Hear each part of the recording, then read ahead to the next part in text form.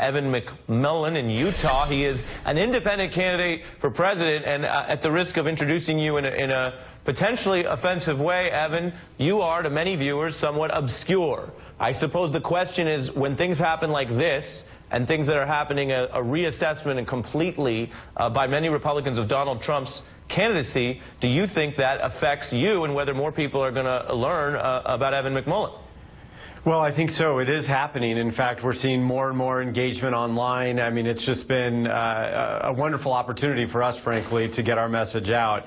Look, Donald Trump is exactly the guy we've been saying he was all the time. So as we see this unfold, we sort of sit back and say, well, you know, this is the message we've been trying to convey to the American people and to conservatives.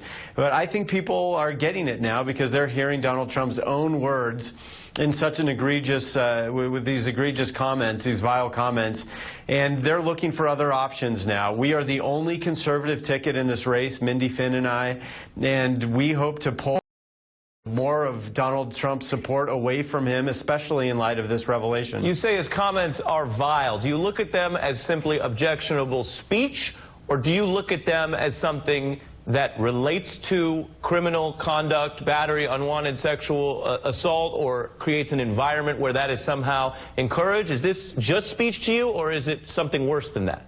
It's worse than that. It's all of the above. I mean, but most importantly, it's about action. He was describing the way he has assaulted women, the way he makes a habit of it because he's famous. He can grab them in certain places and they'll just let him do it, as he says.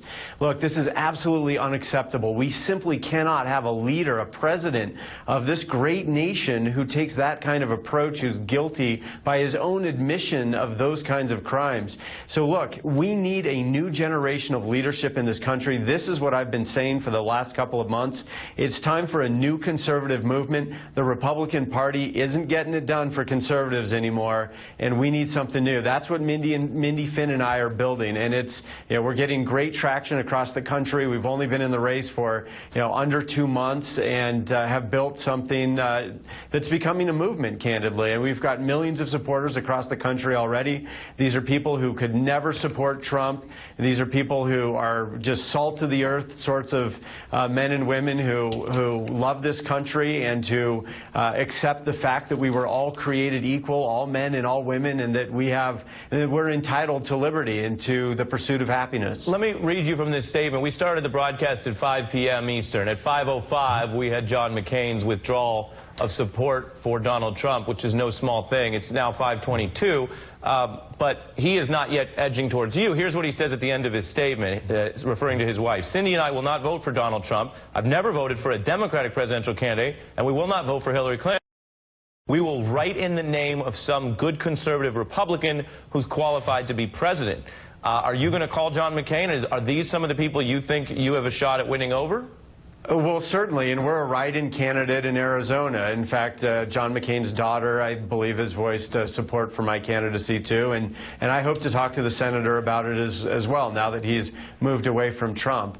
But look, there will be many representatives and senators who I think will come out and oppose Trump. But really, the true test of leadership is who they say they're for. Right. It's easy to say you're against something, but this country, at this stage in our history, whether you're on the right or the left, I think we all agree that we need real leadership. And real leadership in times like this is saying what you're for, not only what you're against. And so I hope that some will come on board in that way. But we're building what we're building for the people of this great country and for what is right.